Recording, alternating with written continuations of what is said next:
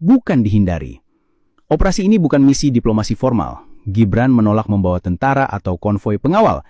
Ia memilih jalan senyap, menyusuri lorong-lorong kecil di Jayapura, bertemu dengan keluarga-keluarga yang kehilangan anak karena konflik.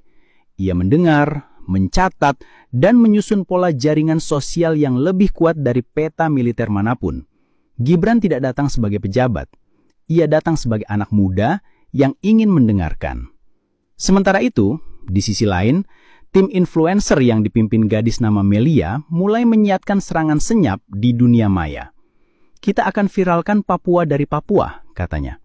Bukan tentang OPM atau konflik, tapi tentang senyum anak-anak di lereng Wamena, tentang musik tradisional, tentang mama-mama Papua yang jualan di pasar.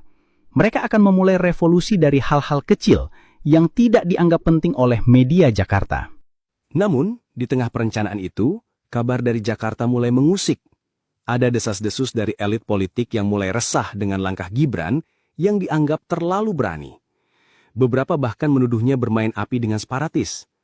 Tapi Gibran tahu, justru saat itulah musuh-musuh perdamaian mulai takut.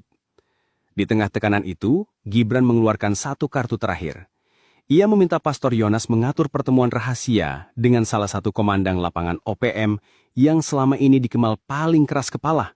Bukan untuk membahas politik, melainkan untuk berbagi makan malam sederhana di sebuah honai di pegunungan. Ini adalah langkah gila, tapi di mata Gibran, itu justru kunci. Jika kita bisa membuat mereka merasa dihargai, bukan diinterogasi, itu sudah setengah dari perdamaian, ujar Gibran.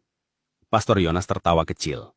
Anak muda, kamu bicara seperti orang tua Papua. Mereka tertawa, namun mereka tahu tawa itu hanya jeda sejenak sebelum badai besar di depan.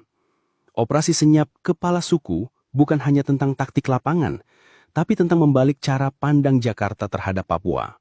Gibran tidak ingin datang sebagai penyelamat. Ia ingin datang sebagai sahabat. Dan sahabat sejati tahu kapan harus bicara dan kapan hanya harus diam dan mendengar. Malam itu, di bawah langit Jakarta yang penuh lampu, Gibran menatap ke arah timur, ke arah tempat di mana misi ini akan dimulai. Ia tahu perjalanan ini tidak akan mudah. Tapi, di balik segala resiko, ada keyakinan sederhana yang menyalakan langkahnya. Papua tidak butuh dikalahkan, Papua hanya butuh didengarkan.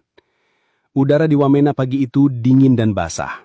Aroma tanah lembab menyatu dengan kabut tipis yang menyelimuti lembah. Gibran, dengan ransel kecil di punggung, berjalan menyusuri jalanan tanah bersama Pastor Yonas dan dua anak muda Papua. Tidak ada iring-iringan mobil,